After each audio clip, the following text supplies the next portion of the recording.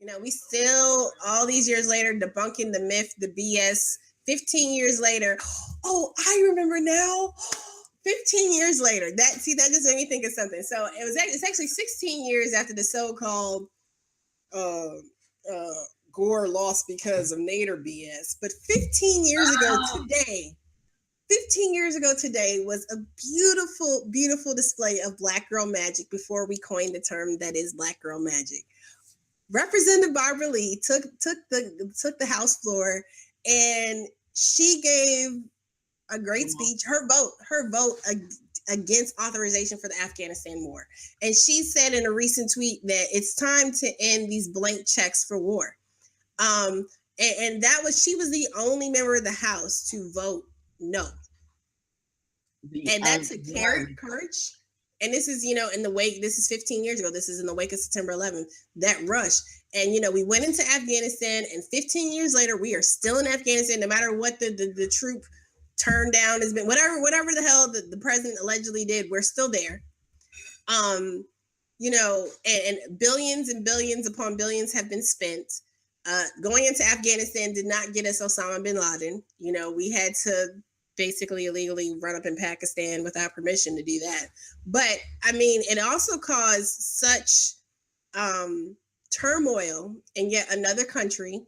There were so many different issues going on with Afghanistan, the bombings that happened in those early months. Like, I remember sitting in a global studies class and arguing with people because yet another family member was reporting to the news about how their family wedding had been bombed. Like they like this bombing people accidentally didn't just start. This has been going on for a long time.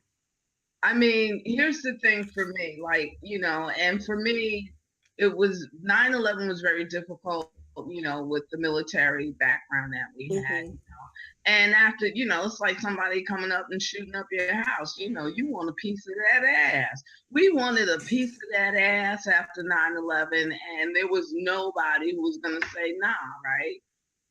So on some level, I could relate to that, but the rush for it was it was too quick. There was too many questions about it.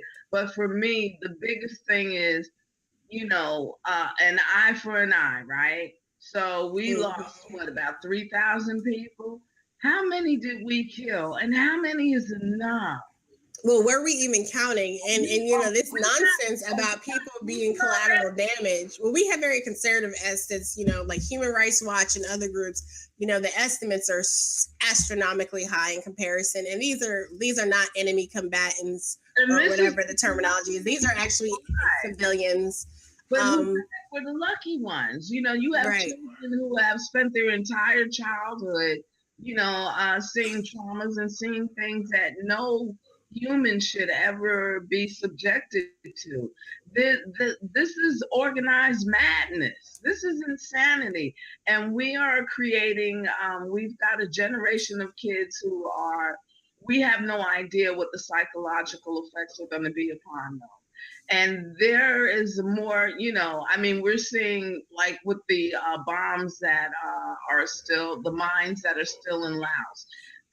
War just never seems to end. If this had been done on U.S. shores, would we feel the same way? Would we want to do this at some point? This is just absolute insanity that has to stop. There's a pretty good piece from 2 years ago in The Nation about Barbara Lee. She was actually honored that year. So that was 2014 by National Nurses United. She received the Championship of Peace and Justice. She was honored for Championship of Peace and Justice during her course of her congressional career at their convention in 2014. And one of the things that she said, and she was saying that she, along with a handful of allies in Congress, some Democrats, the Progressive Caucus, but some of what they call the old right conservative Republicans, such as then North Carolina Congressman Walter Jones, she rejected the argument that resolutions from years ago and votes on amendments to funding measures meet the standard for congressional authorization of new military strikes. She said she found this very concerning. She said it was gravely concerning. Basically, in 2014, when they were looking at the expansion of U.S. airstrikes into Syria and continuation of airstrikes in Iraq, she said, "It is clear we are rapidly becoming more involved in another war in the Middle East." She said, "I have called and will continue to call for a full congressional debate and vote on any military action as required by the Constitution. The American people deserve a public debate on all options to dismantle ISIS, including their costs and consequences to our national security and domestic priorities." I think that was absolutely right 2 years ago. It's still absolutely right now.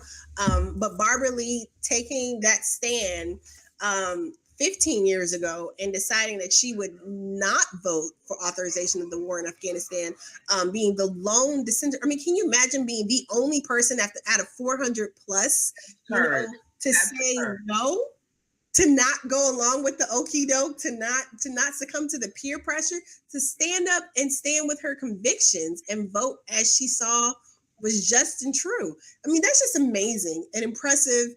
And hopefully she can continue to stand to be a beacon of character in that way.